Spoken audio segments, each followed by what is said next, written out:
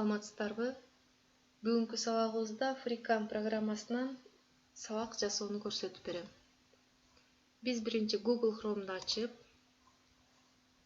FreeCam'ды көчүрүп алышыбыз керек. Бул жерге англис тилинде FreeCam деп жазып алабыз.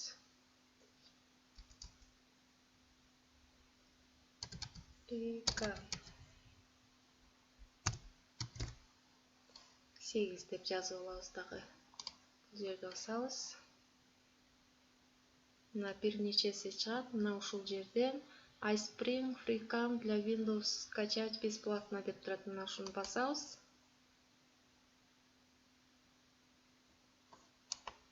Мына могу белги менен чыгышы керек.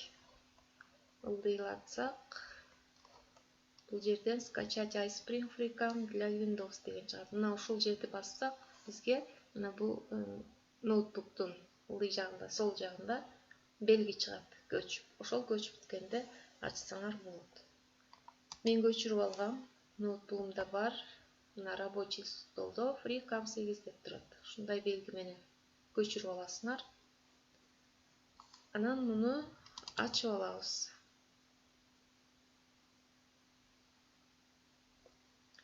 Мындай бет чыгат. Создать деп турат. Новая запись дегенди басабыз. Бул жактарын чоңойтуп, четине чейин тартып алсак болот. Кичирейтип да алсак болот. Ушунун ичи эле жазылат.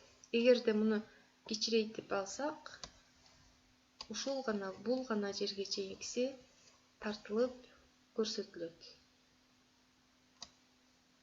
Чоңойтуп, бардык экран көрсөтүлгөндөй кылып койсок болот. Эми биз бул жерге даярдап алган PowerPoint'тан слайдыбызды көрсөтүшүбүз керек. Мына Блумдун ромашкасы деген слайд даярдагам. Ушуну ачамын.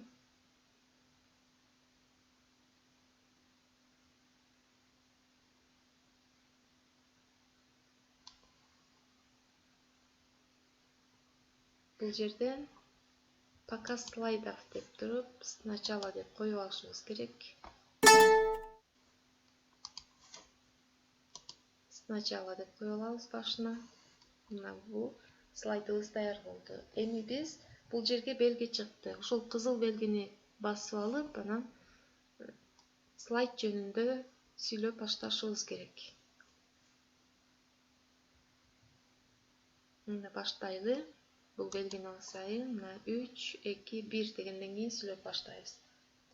Блумдун ромашкасы. Блумдун ромашкасында ар кандай суроолорду түзүшүбүз керек. Баалоочу, түшүндүрүүчү, интерпретациялык, тактоочу, жөнөкөй, чыгармачылык, практикалык суроолор түзүлүшү керек. Мисалы, Чыңгыз Айтматовдун Жамиля повести боюнча кандай суроолорду түзүү көрсөтүлгөн. Мисал катары: эмне жакшы, эмне жаман, эмнеге, мен силерди туура түшүндүмбү, эмне, кайда, эмне үчүн, эгерде мындай болсо, эгерде эмне кылат элек. Мына эми суроолору жазыла баштады. Жөнөкөй суроо, тактоочу суроо, түшүндүрүүчү суроо, чыгармачылык суроо, практикалык суроо, баалоочу суроо. Блумдун ромашкасы менен иштөө максаты эмне? Мына ушинтип сабагыбызды жаздырып алабыз дагы. Клавиатуранын сол жак өйдөкчүндө ESC деген клавиша турат. Мына ошону бассак, бул сабагыбыз токтотулуп жазыла баштайт. Мына аз күтүп турсак, бул жерден чыгат.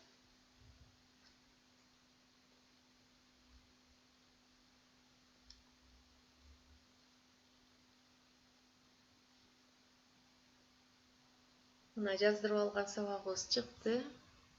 Иштетип көрөйүн. Блумдун ромашкасы. Блумдун ромашкасында ар кандай суроолорду түзүшүбүз керек. Баалоочу, түшүндүрүүчү, интерпретациялык, тактоочу, жөнөкөй, чыгармачылык, практикалык. Мына азыркы жазып алган сабагыбыз болду. Эми биз муну редактировать кылсак болот. Бул жерди басабыз. Бул сабагыбыздын үнүн регулировка громкости дегенге алып барып, мындан дагы бийик кылып чыгарып алсак болот. Мындай кылып.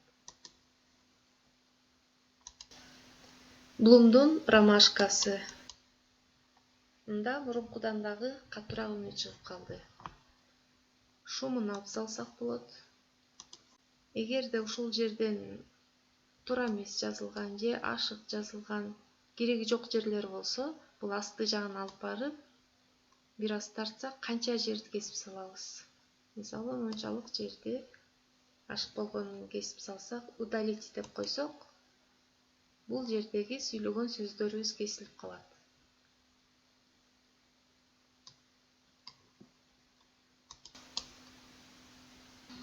Ар кандай суроолорду түзүшүбүз керек. Баалоочу ортосунда кесип салган жерибиз угулбай калды.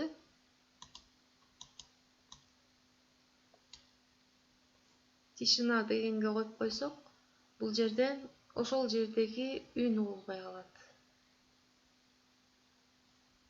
Эгерде обрезать десек,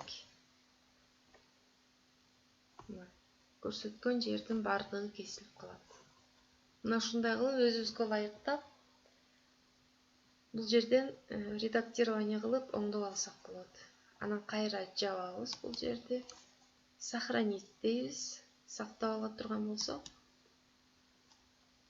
Андан кийин сохранить как видео деп сактап алышыбыз керек. Мына ушундай жол менен фрикамдан видео сабак жасап алууга болот.